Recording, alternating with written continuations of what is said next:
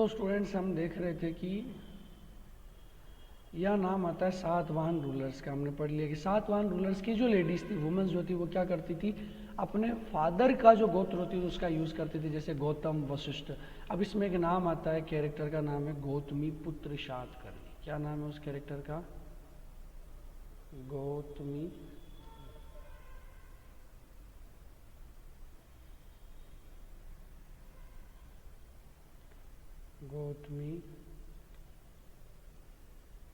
पुत्र शातकर्णी।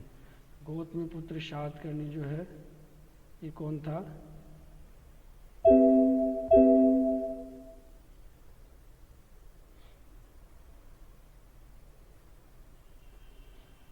गौतमी पुत्र शातकर्णी कौन सा था? सातवाहन रूलर था। इसका नाम शुरू से अगर हम देखते तो इसका नाम क्या बैठता है स्टूडेंट्स? गौतमी पुत्र। यानी उनकी माँ का नाम क्या हो गया? गौतमी का जो पुत्र है, यानी गौतमी कौन थी? उनकी माँ। और अब गौतम जो हैं ऋषि की, यानी उनके फादर का गोत्र क्या था? गौतम। तो उनकी माँ ने क्या नाम लिया? गौतमी, यानी he is from his father's गोत्र। तो सातवाहन जो रूलर्स थे वो अपने फादर के गोत्र, जो वुमन जो थी वो अपने फादर का गोत्र यूज करती थी instead of using their husbands gotra. They retained their names instead of adopting names derived from their husbands gotra is the instructed by the Brahmanical rules. ये ब्राह्मणिकल रूल्स के हटके था, क्योंकि ब्राह्मणिकल रूल्स के अकॉर्डिंग क्या होता है स्टूडेंट्स, जो वुमन होती है उनको अपने हस्बैंड का यूज करना होता था, बट उन्होंने ऐसा नहीं किया। Son of the woman married to Satavahana rulers belong to the same गोत्र।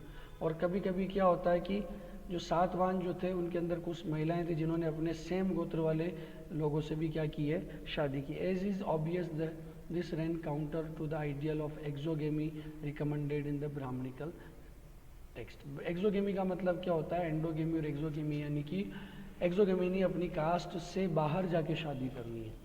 अब अपनी कास्ट से बाहर जाके शादी करने का मतलब हो गया कि अपनी गोत्र से बाहर दो कंडीशंस बनते हैं एक्सोगेमी का।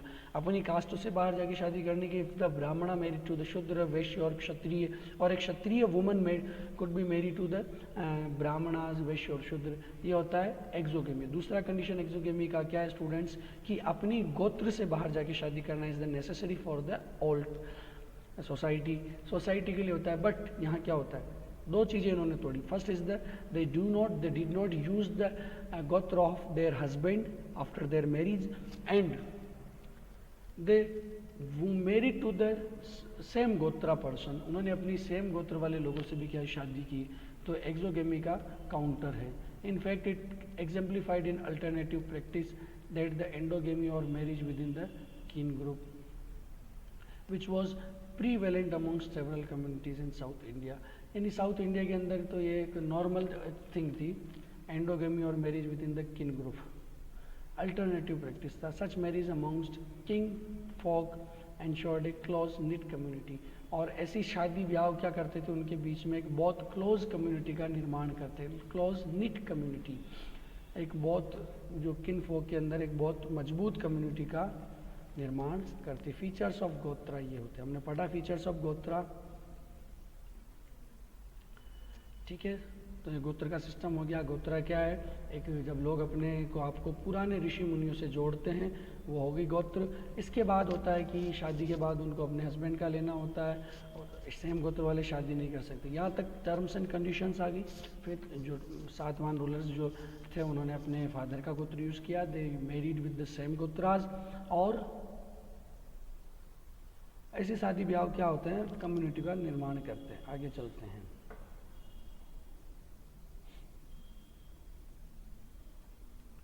Inspirational evidence regarding the inheritance of gotra among Satavahana. एक इंस्पिरेशनल इंस्टेंसेस एविडेंस बताया था। Satavahana rulers were identified through matronymics which suggest that mother were given importance. Matronymics का मतलब होता है जहाँ पर मदर यानी जो वुमन होती है उसको इम्पोर्टेंस दिया जाता है। हम टॉपिक देख रहे हैं inspirational evidence regarding the inheritance of gotra among Satavahana. Satavahana से इंस्पिरेशनल एविडेंस मिलता है। क्या है? Satavahana rulers were identified through matronymics. Matronymics को वो आइडेंटिफाई करते हैं कि जहाँ पर वुमेंस को क्या किया जाता है स्टूडेंट्स, ज़्यादा इंपॉर्टेंट दिया जाता है अदर देन फादर। पिताजी से ज़्यादा सम्मान किसको? माँ को। हम भी ऐसे ही करते हैं, हमारा जो सबसे ज़्यादा अफेक्शन होता है, लव होता है, वो फादर के मुकाबले किससे होता है? मदर से ज़्यादा होता है। तो वहाँ पर भी उन्होंने क्या किया, इसको बस डायरेक्ट कर दिया है, यानी कि लोगों के सामने बताया कि they have more importance to the mothers but their succession to the throne was generally patrilineal. अब उन्होंने दोनों काम कर रहे हैं। माता जी को सम्मान कैसे दिया? अपनी माँ को अपने नाम क्या कि उन्होंने गौतमी पुत्र शातकर्णी और वशिष्ठी पुत्र, ऐसे कुछ नाम था, शातकर्णी, ऐसे अलग अलग नाम है। तो यानी कि अपने नाम क्या कि अपनी माँ का नाम और ज़्यादा इम्पोर्टेंस। बट अब पिताजी को भी तो रखना पड़ेगा ना, दोनों गाड़ी के दोनों पहिए साथ चलेंगे तब गाड़ी चल पाएगी। तो पिताजी को सम्मान देने के लिए उन्होंने क्या किया स्टूडेंट्स, अपना जो थ्रोन होता था, अपनी जो राजगद्दी होती थी, किसके बिहाफ पर छोड़ते थे? अपने पिताजी, यानी पिताजी का बेटा अपने पिताजी अपने बेटे के लिए छोड़ेंगे, ना कि बेटी के लिए। But their succession to the throne was generally patrilineal, यानी पिताजी का बेटा राजा बनेगा, बेटी नहीं बनेगी। तो दोनों काम उन्होंने किया। Several inscription of the Satavahana rulers mention to the name of their mothers rather than their fathers. अपना नाम अपनी माँ के साथ लिखते थे, जैसे गौतमी पुत्र शातकर्णी, इसका मतलब सन ऑफ गौतमी। बहुत फेमस नाम है गौतमी पुत्र शातकर्णी, बहुत फेमस। क्वेश्चन पूछा जाए कि write any name of the Satavahana rulers, तो you can write the name Gautamiputra Satakarni. बहुत बड़ा खतरनाक नाम है। अगला हमारा टॉपिक देखिए, सोशियोलॉजी से रिलेटेड टॉपिक है। चैप्टर क्या स्टूडेंट्स? सोशियोलॉजी से रिलेटेड टॉपिक है। अगला हमारा टॉपिक आता है caste. Caste refers to a set of hierarchically ordered social categories laid down in Dharmasutras, Dharmashastras. क्या है कास्ट का मतलब? Caste refers to a set of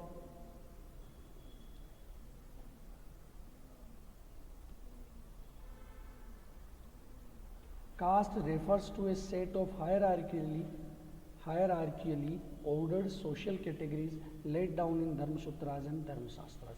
एक hierarchically ordered social categories है, यानी एक बेटे के बाद बेटा जो बनता है। हायरार्की का मतलब होता है कि जो पीढ़ी दर पीढ़ी चली आती है, राजा का बेटा राजा, राजा का बेटा राजा, ऐसा वाला जो सिस्टम होता है ना, हायरार्किकली ऑर्डर्ड सोशल कैटेगरीज।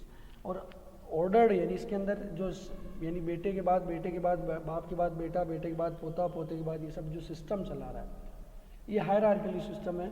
और ये उसके बाद उसको फॉलो करना ही होता है। हायरार्की का मतलब होता है कि जो बेटे का जो प्रोफेशन था वो उसके बेटे का होगा, जो पिताजी का प्रोफेशन है, दादाजी का प्रोफेशन है, वो पिताजी का जो बेटे का, बेटे के बाद जो पोते का। ये प्रोफेशनली इसको बोला जाता है हायरार्किकली ऑर्डर्ड, यानी एक सिस्टम में चल रहा है। प्लस क्या है? Social categories. दो चीज़ यहाँ डिफाइन की गई। पहला क्या है? हायरार्की है, और सेकंड क्या है students? Hierarchy order social categories. पहला तो हायरार्की है, यानी कि जन्म दर जन्म चलती रहेगी, जन्म के बाद जिसका अगला जन्म होता जाएगा उस परिवार में उसका वही रहेगा। प्लस सोशल कैटेगरीज है, यानी कि ये सोशल कैटेगरी है जी। सोसाइटी को इन्होंने कैटेगराइज्ड कर रखा है कि these are the that group, these are this group, this are this group, this are this group. ये ग्रुप है, ये ग्रुप है, यानी जिसने जो काम पकड़ लिया वो उसकी जाति हो गई। अब जाति क्या होती है? एक हायरार्किकली ऑर्डर्ड होती है, यानी जन्म के बाद उसको अपनानी पड़ती है। वर्ण तो होता थे, वो क्या होते थे? चेंजेस होते थे। वर्ण कुड बी चेंज, यानी मान लो किसी का काम है लड़ना झगड़ना, उसका वर्ण, अगर उसने किसी ब्राह्मण के घर में जन्म लिया लेकिन उसका वर्ण क्या होगा स्टूडेंट्स? क्षत्रिय वर्ण का होगा। अगर किसी ने शूद्र के घर में जन्म लिया, from the last order of the society, शूद्र के घर में जन्म लिया है, लेकिन उसका लक्षण, उसके जो गुण हैं, उसके जो काम है वो ब्राह्मण का है, तो he will be known as the Brahmin. ये होता है वर्ण। लेकिन हायरार्किकल सिस्टम का मतलब होता है कि उसके बाद फिक्स हो जाती है, जैसे ही जन्म लिया, जिस जाति में उसका जन्म हुआ है उसकी जाति फिक्स होगी। प्लस ये सोशल कैटेगरीज होती है, यानी सोसाइटी की कैटेगरीज है। Laid down in Dharmasutras and Dharmashastras. ये कहाँ लिखी हुई है? धर्मसूत्राज और धर्मशास्त्राज में। Brahmanas claim that they were placed themselves on the top and Shudras at the bottoms. ये हिस्टोरियंस ऐसा बताते हैं कि जो ब्राह्मण जो थे उन्होंने क्या किया स्टूडेंट्स? अपने आप को क्या किया? Brahmins claim that they were placed themselves on the top. इन्होंने ऐसा बताया कि जो ब्राह्मण जो लोग थे उन्होंने अपने आप को सोसाइटी में सबसे ऊपर रखा, और जो शूद्रास जो थे उनको क्या किया? तो स्टूडेंट्स हमारा अगला टॉपिक आता है पॉलीगिनी। कौन सा टॉपिक है? पॉलीगिनी। एंडोगेमी एक्सोगेमी हो गया, अगला आता है polygyny. Polygyny refers to the marriage in which a man has several wifes. एक ही आदमी के बहुत सारे पत्नियां होती है, टू मैनी वाइफ्स। एक आदमी के बहुत सारी पत्नियां होना, ठीक है, खूब सारी पत्नियां, बेचारे से एक नहीं संभलती है, वो बहुत सारी रखने का बोला जा रहा है, ठीक है। पुराने टाइम में खूब सारी पत्नियां होती थी, खूब सारी, न जाने कैसे संभालते थे, ठीक है। स्टूडेंट्स आगे चलते हैं। तो पॉलीगिनी का मतलब होता है कि एक ही पर्सन के, एक मैन खूब सारी वाइफ्स। इसका उल्टा होता है पॉलीएंड्री। पॉलीएंड्री का मतलब क्या होता है स्टूडेंट्स? पॉलीएंड्री का मीनिंग होता है कि polyandry refers to the practice in which woman could have more than one husband. यानी एक ही वाइफ के, एक औरत के खूब सारे हस्बैंड। अब ये कैसे पॉसिबल है? तो ये एग्जांपल हमको मिलता है द्रौपदी के केस से। द्रौपदी का केस था पॉलीएंड्री वाला। He is only one woman and has five husband. 5 Pandava उसके पति थे। और इसके अलग में देखा जाए तो इसी के एग्जाम्पल में और दूसरा देखा जाए तो भगवान कृष्ण का देखा जाए तो उनके थे पॉलीगिनी। पॉलीगिनी का मतलब होता है कि एक हस्बैंड और उनकी जो वाइफ्स थी 16,108 उनके वाइफ्स थी। तो एक हस्बैंड, इतनी सारी पत्नियां, इतना एक औरत, इतने सारे पति। तो पॉलीगिनी में क्या होता है स्टूडेंट्स? एक आदमी होता है, उसके खूब सारी पत्नियां होती है, मैन सेवरल वाइफ्स। पॉलीएंड्री में वन वुमन सेवरल हस्बैंड्स। ये हो गए अपने types of marriage and the rules of marriage. अगला हमारा टॉपिक आता है धर्मसूत्रास एंड धर्मशास्त्रास। क्या होते हैं इनको समझ लेते हैं। What we know about the Dharmasutras and Dharmashastras? These are the codes of social behavior meant to be followed by Brahmanas. In particular,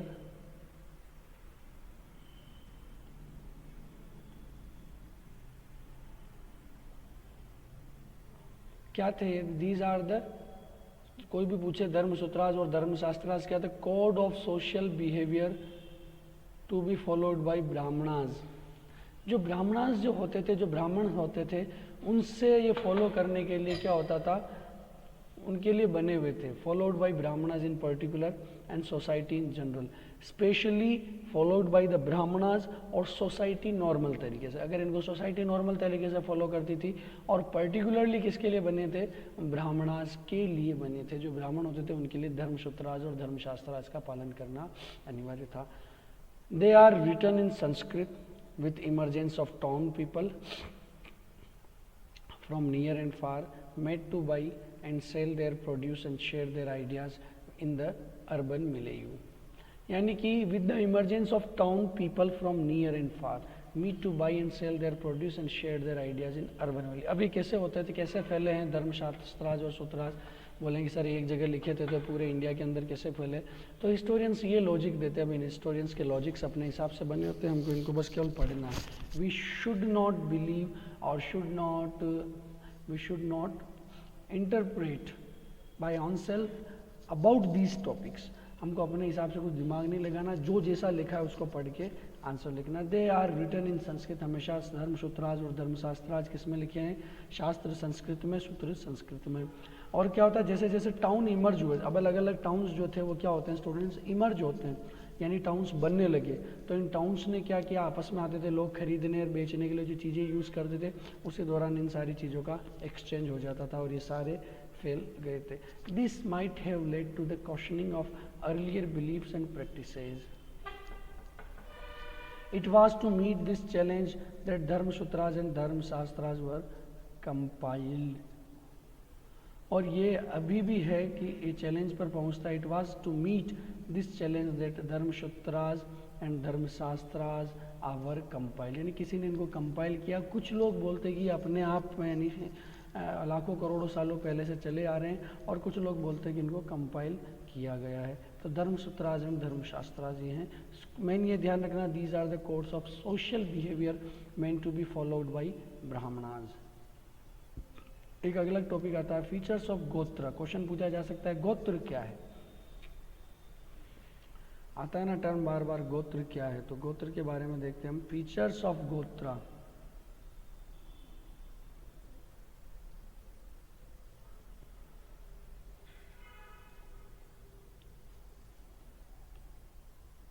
गोत्रा, गोत्रा refers to the name given to a particular group of on the name of a Vedic seer as their forefathers so as establish kinship between them।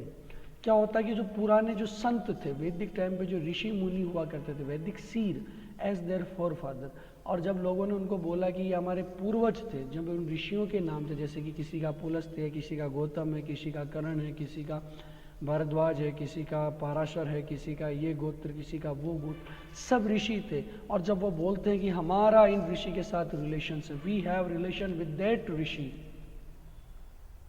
Father so as to establish kinship between them, और उनको बताते थे कि मान लीजिए किसी ने बोला कि मेरा गोत्र भारद्वाज है, तो भारद्वाज गोत्र का मतलब हो गया कि उनके जो पूर्वज थे उनका रिलेशन किसके साथ था, भारद्वाज ऋषि के साथ। तो उनका जो किनशिप, किनशिप का मतलब एक रिलेशनशिप उनके बीच में एस्टेब्लिश हो जाती है।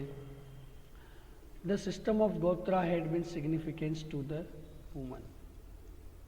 वुमेन्स के अंदर ये गोत्र सिस्टम जो है बहुत सिग्निफिकेंस, अपना एक महत्व अलग रखता है। Woman were expected to take up the gotra of her husband upon marriage and give up their fathers gotra. अब वुमेन्स के लिए इसके अंदर सिग्निफिकेंस क्या होता है स्टूडेंट्स, ये देखने लायक चीज़ है। क्या चीज़ है कि इससे क्या मालूम पड़ता है,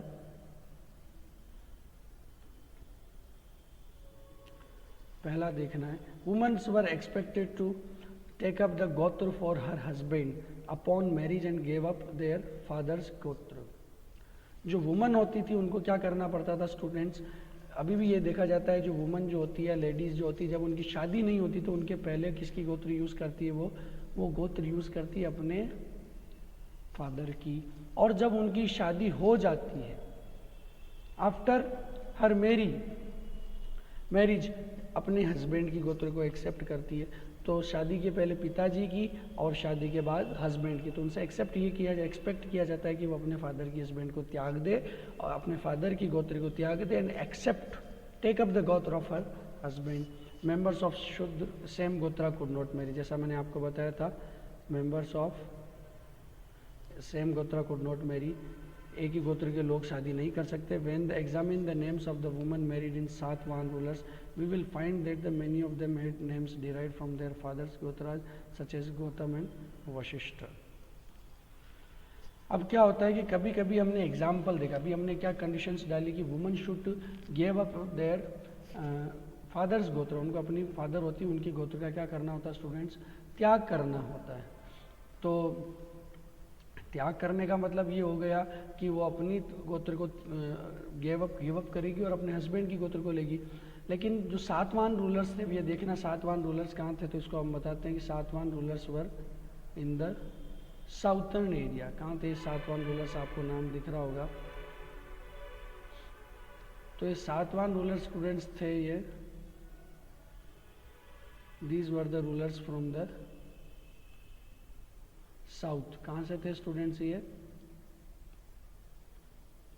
साउथ से, साउथ इंडिया के अंदर ये रूलिंग था सातवाहन रूलर्स। इन्होंने क्या किया, इनका सिस्टम क्या था कि इनकी जो लेडीज़ जो थी वो क्या करती थी, अपने हस्बैंड का गोत्र यूज़ नहीं करती थी, वो अपने पिताजी का गोत्र यूज़ करती थी। उनके गोत्र का, फादर का गोत्र क्या लगाते थे, Gautam, Vashishtha.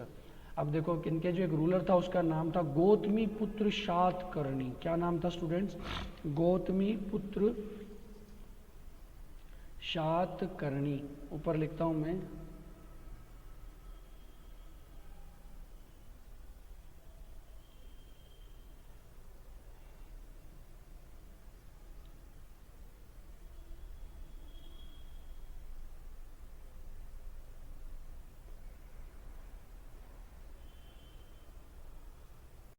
Good morning students. In last class we were discussing about the chapter 3 of first book, kinship, caste and class।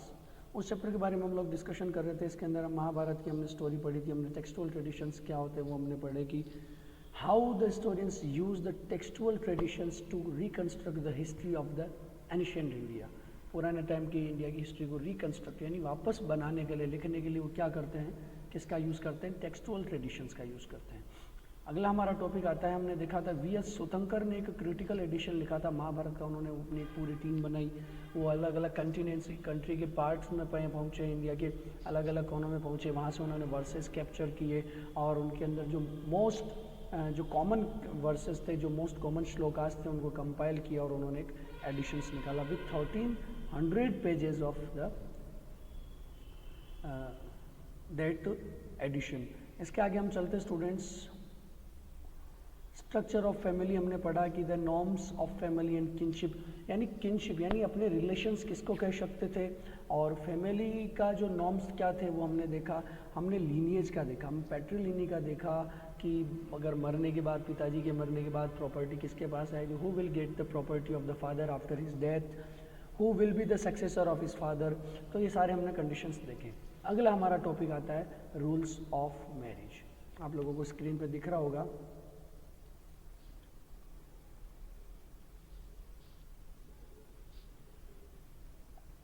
क्या हमारा next topic rules of marriage.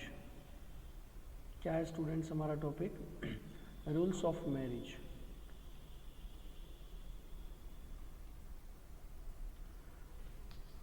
Dharmasutras recognised 8 forms of marriage. कितने फॉर्म्स थे मैरिज के, देखिएगा आप, 8 फॉर्म्स बताते। कौन बताते हैं, धर्मसूत्राज। कौन बताते हैं, Dharmasutras forms recognise the 8 forms of marriage, ये बताते हैं। Out of these forms marriage were considered as good. Out of these 4 forms of marriage were considered as good. यानी क्वेश्चन ये बहुत इंपॉर्टेंट है कि हमारे जो धर्मसूत्राज उसमें कितने टाइप के शादी के टाइप होते हैं। यानी हमने तो देखा कि सर 7 फेरे लेते हैं या कुछ हम कस्में वगैरह खा के निकाह कर लेते हैं, शादी कर लेते हैं, नहीं। जो धर्मसूत्राज है उसके अंदर 8 टाइप्स ऑफ मैरिज उनको बताया गया है। उन 8 टाइप्स ऑफ मैरिज में जो ऊपर वाले जो 4 हैं, जिसमें देव विवाह, ब्रह्म विवाह, ऋषि विवाह, ये से कुछ 4 नाम हैं, ये थोड़े अच्छे हैं। और द लोअर 4 यानी जो नीचे वाले 4 हैं वो कौन से हैं, अच्छे नहीं माने। The remaining marriages were condemned because they do not follow Brahmanic norms. यानी इनको जो कंडेम माना गया है क्योंकि ये ब्राह्मणिक जो नॉर्म्स हैं उनके अकॉर्डिंग अच्छे नहीं हैं। तो शुरू ऊपर वाले 4 हैं उनको अच्छा माना गया, नीचे वाले 4 को अच्छा नहीं माना गया है। मैं इसका कैमरा कुछ देर के लिए ऑफ करूंगा, आप लोगों को स्क्रीन दिख रही होगी।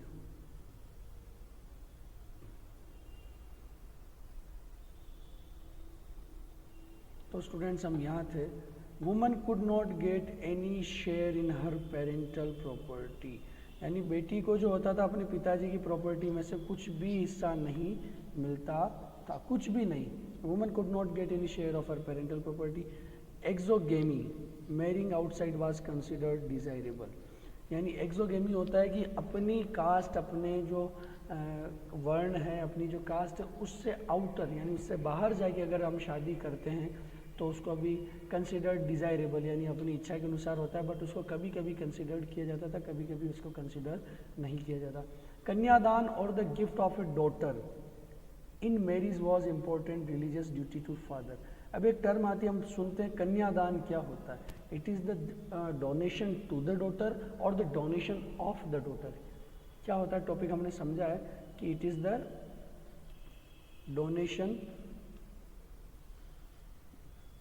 डोनेशन ये देखिए कन्यादान यहाँ लिख देता हूँ मैं,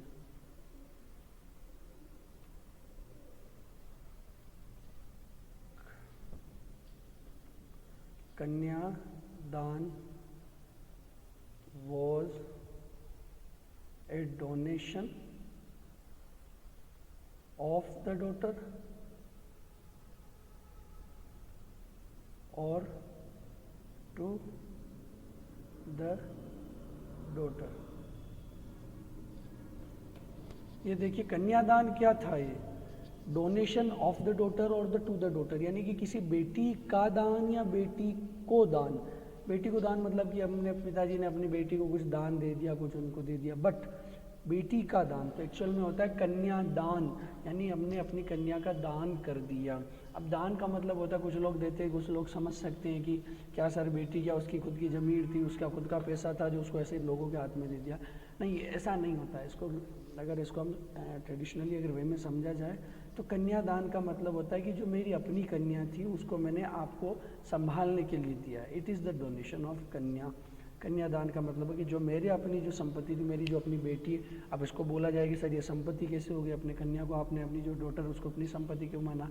तो संपत्ति मानने का मतलब होता है कि जो अपना होता है उसको अपनी संपत्ति बताया जाता है, कि जिसको मैंने अपनी इच्छा अपने हिसाब से अपने लिए कमाया है, जो मेरी अपनी है, उसको उसने बोला कि ये मेरी संपत्ति है और उसको क्या कर दिया, डोनेट करना है। डोनेशन का मतलब नहीं कि दान में दे दी, नहीं, उन्होंने बोला कि तुम इसकी रक्षा करने के लिए, इसकी लाइफ को सूटेबल यानी सेफ बनाने के लिए आप इसको एक्सेप्ट करिए। तो हमने देखा रूल्स ऑफ मैरिज क्या होती है कि 8 टाइप्स ऑफ रूल्स है। 4 वाली ऊपर वाली कंसिडर्ड है और कंसिडर्ड एज गुड, और नीचे वाली कंडेम थी। उसके अंदर जो वुमन जो होगी उनको पैसा रखने की कोई, they could not get any share of her parental property, अपने पिताजी की प्रॉपर्टी से कुछ पैसा नहीं है। Exogamy, marrying outside was considered desirable, अपनी वर्ण अपनी कास्ट से बाहर जाके शादी करना भी डिजायरेबल हो सकता था। कन्यादान और the gift of in daughter in marriage was an important religious duty two of father. पिताजी का एक रिलीजियस ड्यूटी होता था, इट इज़ ड्यूटी, धार्मिक कर्तव्य उनका ड्यूटी है क्या, कि अपनी बेटी का दान करना, यानी अपनी बेटी को किसी और किसी के साथ उसके शादी करना। मैंने देखा जाए तो एक फादर की ड्यूटी है कि अपनी बेटी की शादी करना। बेटी की शादी करना हो ना हो कोई समस्या नहीं, but it is his duty to marry, duty for the marriage of her daughter. अपनी बेटी की शादी करवाना उसकी ड्यूटी है। अब हम आगे देखते हैं types of marriage.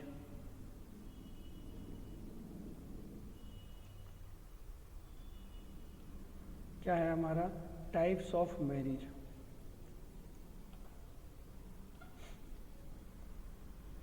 Endogamy refers to marriage inside one's own group. Here group stands for kin.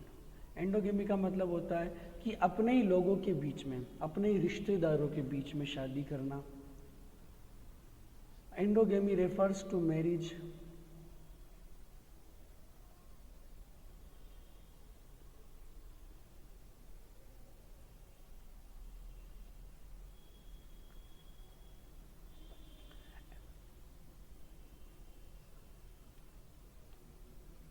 Endogamy refers to marriage inside one on group. ये देखिए, यानी कि अपने ही लोगों के बीच में उसकी शादी कराना। अपने ही लोगों का मतलब होता है कि जैसे कि मान लीजिए कोई फैमिली वाला है तो अपनी समाज के लोगों के बीच में, जैसे अलग अलग समाज होता है, माहेश्वरी समाज है, ये समाज है, वो समाज, तो इन्हीं समाज के बीच में, यानी एक समाज से दूसरी समाज के, बस उनके जो गोत्राज होते हैं उनको चेंज कर लिया जाता है। जो एक गोत्र वाले दूसरे एक सिमिलर गोत्र वाले सेम गोत्र से शादी नहीं करेंगे, बट गोत्र चेंज करके इनके बीच में रिलेशंस शादी की जा सकती है।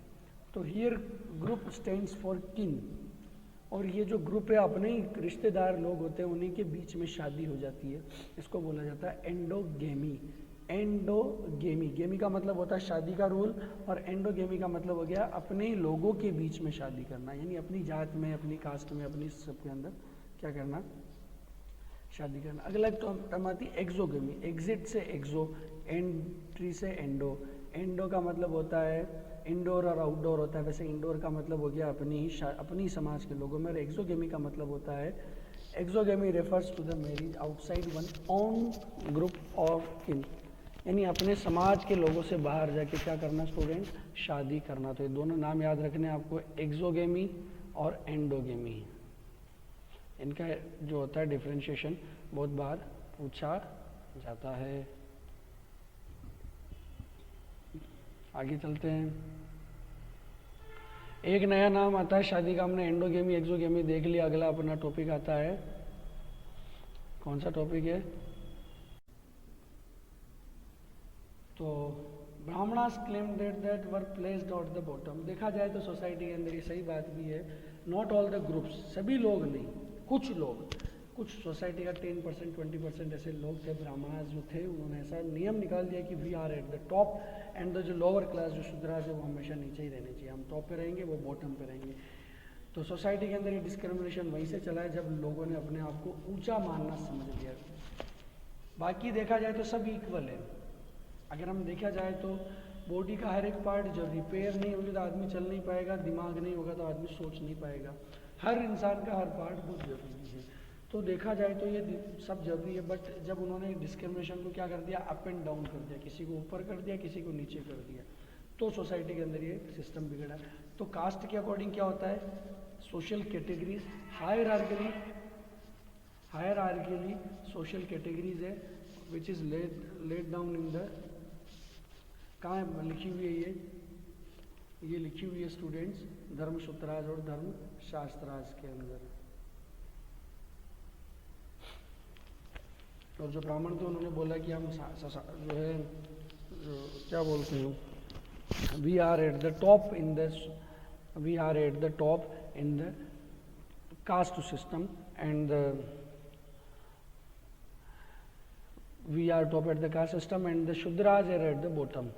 The Brahmanas claimed that this order was divinely ordained. और जो ब्राह्मणों उन्होंने बोला कि नियम ऊपर से डिवाइन ही नहीं, भगवान ने ही नहीं बनाया। बट अगर मैं आपको पर्सनली लॉजिक इसका बताता हूँ तो भगवान ने कहीं भी ऐसा डिस्क्रिमिनेशन कास्ट बेस पे उन्होंने कोई डिस्क्रिमिनेशन नहीं किया।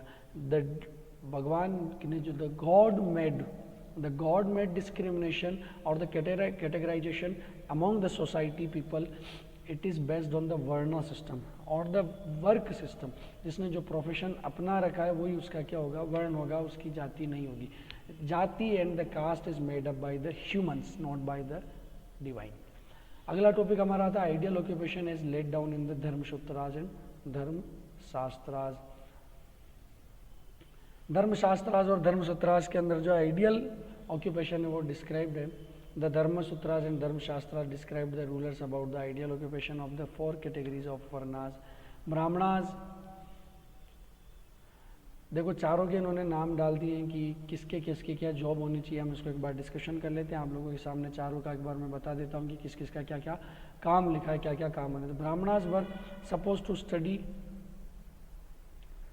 जो ब्राह्मणों का काम होता था वो क्या काम होता था स्टूडेंट्स, स्टडी द वेदास। पहला क्या काम है,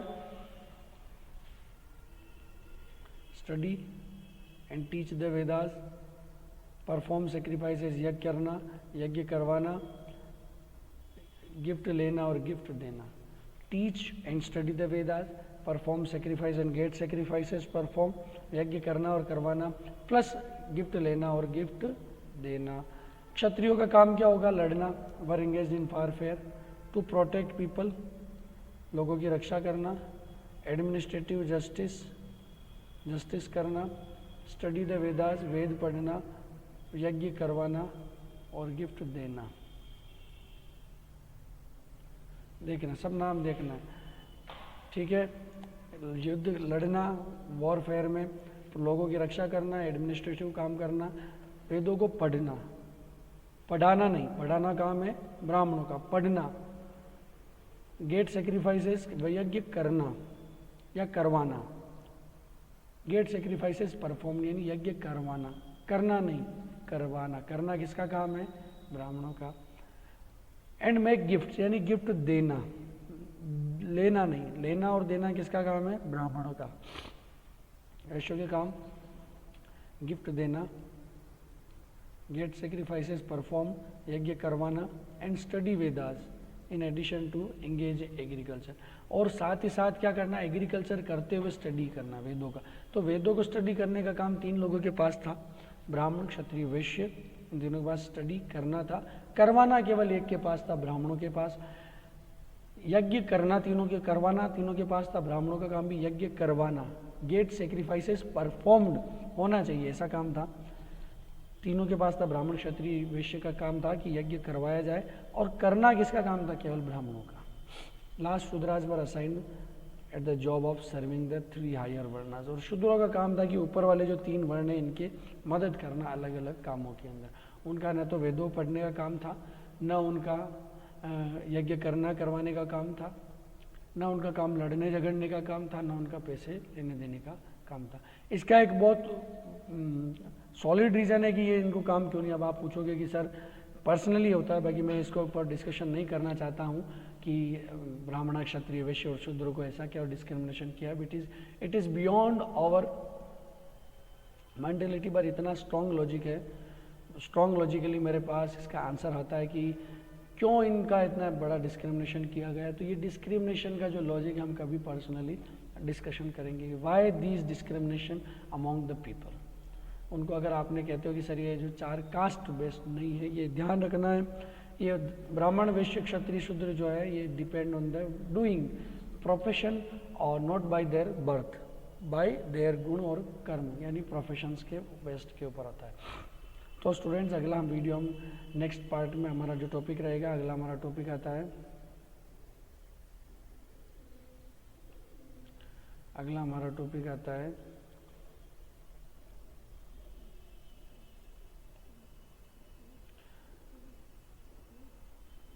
अगला हमारा topic Indian king and non Kshatriya origin.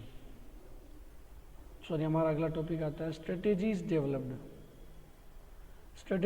Bye Brahmanas to enforce the varna state system. ब्राह्मणों ने कैसे वर्ण सिस्टम को फॉलो करवाने के लिए, ऊपर उन्होंने जाति की बात की है, वर्ण सिस्टम पे बात कर रहे हैं कि कैसे उन्होंने इन्फोर्स किया कि सोसाइटी को कि इसको फॉलो करना है। Okay students, meet you in next class. Thank you so much.